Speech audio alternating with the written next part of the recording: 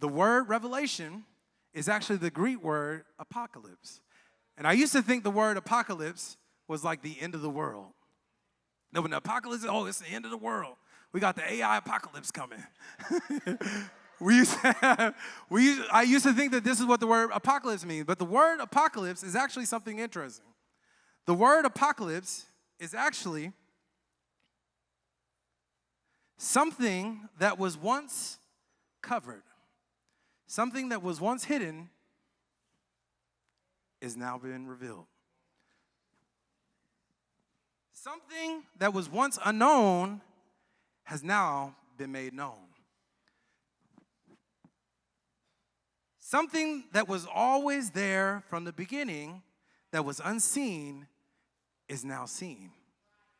See, Paul had this moment where God literally removed the scales from his eyes.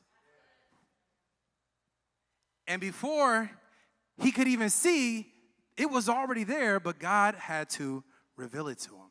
And so now Paul is doing the same thing. He's bringing about an apocalypse. And that apocalypse is that through Jesus, we have access to wealth. We have access to the wealth. But before Paul gets to how you can access this wealth, he stops and he prays. And he says that you being rooted and grounded in love would know the love of Christ. That you would know the love of Christ. Why? Because people can hear the truth and still not have the power to live in it. So Paul's not praying for obedience. He's not praying for behavior. He's praying for inner strength. Because the life that Paul is going to call them to in chapter 4 is going to require the inner capacity to sustain it. This prayer exposes the real issue between the gap of what God has revealed and what we experience. This prayer exposes the gap or the problem with Christian stagnation. This problem exposes why is it that we can come to church and we can sit in the same chair for 40 years and nothing ever changed. This problem exposes why is it that Christians can know Jesus but not act like Jesus. How we can say that we're Christians but not act like little Christ. This problem exposes it. It's that we need some inner strengthening that can only come by the Spirit of God. The issue is not that God has not revealed enough. The issue is not that we don't have enough information. That's why people they can know all the verses. And people can know Christian culture. They can know theology. They can even know their calling and still not be able to step into the power. I want to make this a little plain for us. Y'all with me? Y'all following with me? All right. Can you come up here? My lovely assistant. Come up here, girl. Yeah. All right, so my wife, she wants a new car. But I said no. But I went to the bank, and I pulled out every dollar we got, girl. I pulled out every dollar we got, and I said, all right, this is what I'm going to do. You can have all of this money. Because I really feel, and I want y'all to pay attention to this, because I want us to understand what does it mean to be wealthy. And the best way I think we can do this is to compare it with the difference between wealth and rich. What does it mean? What is the difference between wealthy and rich? So, here's what I got for you. I'm going to give you this money, but I'm going to throw it in the air. And whatever you catch, you keep.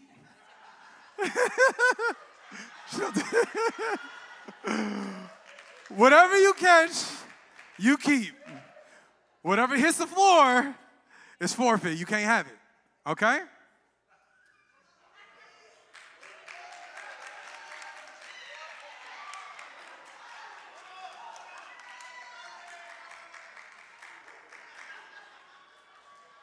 See, the thing is, as long as this money is flowing, she's rich.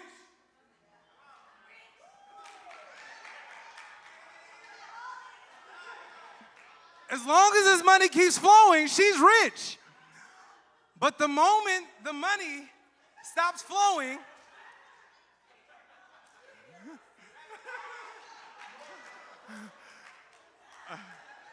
all right, the moment the money stops flowing, this determines your wealth.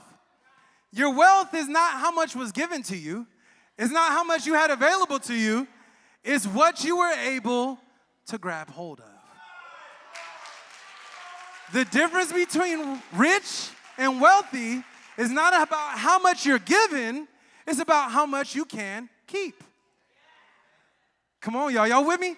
The difference between spiritual wealth, what determines your spiritual wealth is not the amount that God has made available to you, but it's about the capacity you have to hold. There was a whole lot made available for us, but only what we're able to keep determines our spiritual wealth. Y'all with me? Thank you. You keep that. You keep that, girl. Hey now. Oh, thought she was trying to grab some more dollars.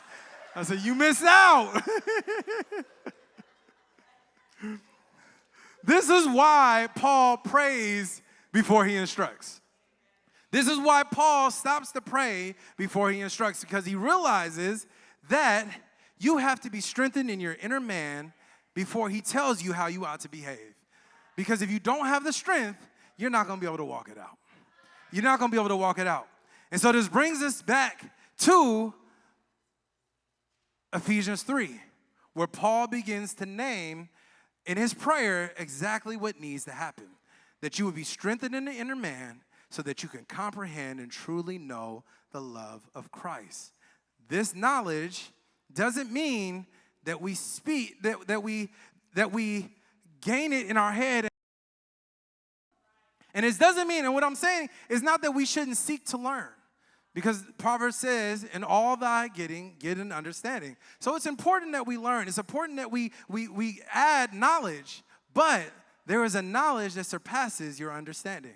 There's a knowledge that goes from head to heart that we have to seek. This is a knowledge that is experience. This is a knowledge that is relational. This is a knowledge that is transformative. It's a knowledge that goes beyond what you can read. It goes beyond what your mama told you. It goes beyond what you hear the pastor preach on Sunday. It goes beyond that. It has to go beyond what you're told, and it has to go to what you experience. Are y'all with me? I know it's heavy, and we're going to get into it. I got you. Y'all with me? All right. So this inner strengthening that Paul is praying for turns the promise that God has made available from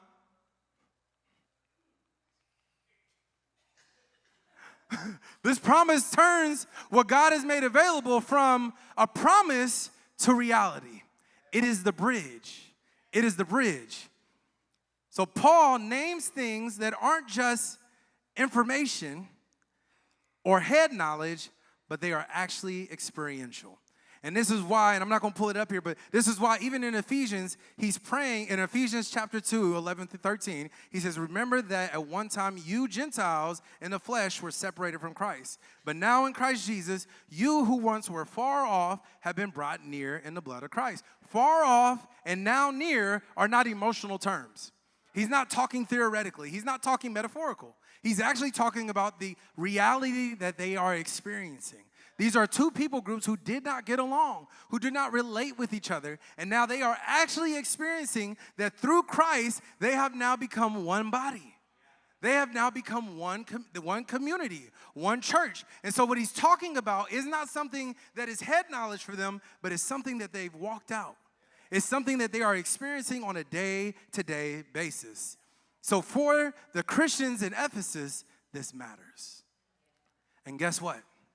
For the Christians sitting here in Encounter Church, this matters. Peter picks up on this as well. This isn't even just Paul. Peter picks up on this as well. Peter starts to name what are some of the qualities that you walk in to become a part of this new humanity.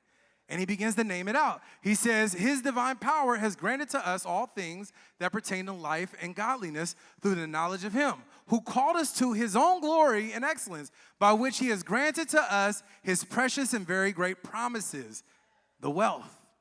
so that through them you may become partakers of the divine nature, having escaped from the corruption that is in the world because of sinful desire, but for this very reason, make every effort to supplement your faith with virtue and your virtue with knowledge.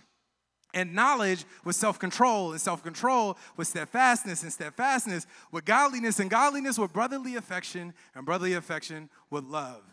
And now listen to this. For if these qualities are yours and are increasing, they keep you from being ineffective or fruitful. Or unfruitful. They keep you from being ineffective and unfruitful.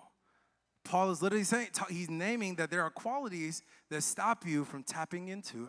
Peter is saying there are qualities that stop you or can help you get access to the wealth that God has available for you.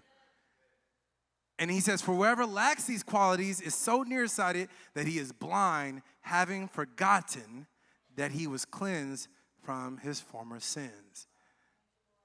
That we could forget the knowledge of the love of Christ. What is the knowledge of the love of Christ? That he has cleansed you from your former sins. So this is knowledge that surpasses what is in our head and moves down into our heart. And through this knowledge of him, we automatically begin to move in these qualities. So what we're talking about is there is a knowledge of the love of Christ that is so rich and so powerful that when you learn of it, you automatically begin to respond in love. You automatically respond in the qualities that Christ has called us to in a manner worthy of the calling because we've come to know and experience his love. You hear me? There is a knowledge so powerful and an experience so powerful of the love of Christ that as you experience it, the response is, I have to walk in love. The experience is, I have to do the work of the ministry because this is what Jesus has called me to do. So this is what we're talking about, the wealth of the believer. Paul and Peter are saying the same thing, and this is why Paul prays for strength, because you need to know the knowledge of the love of God. But the knowledge of the love of Christ is a gift that only he can give.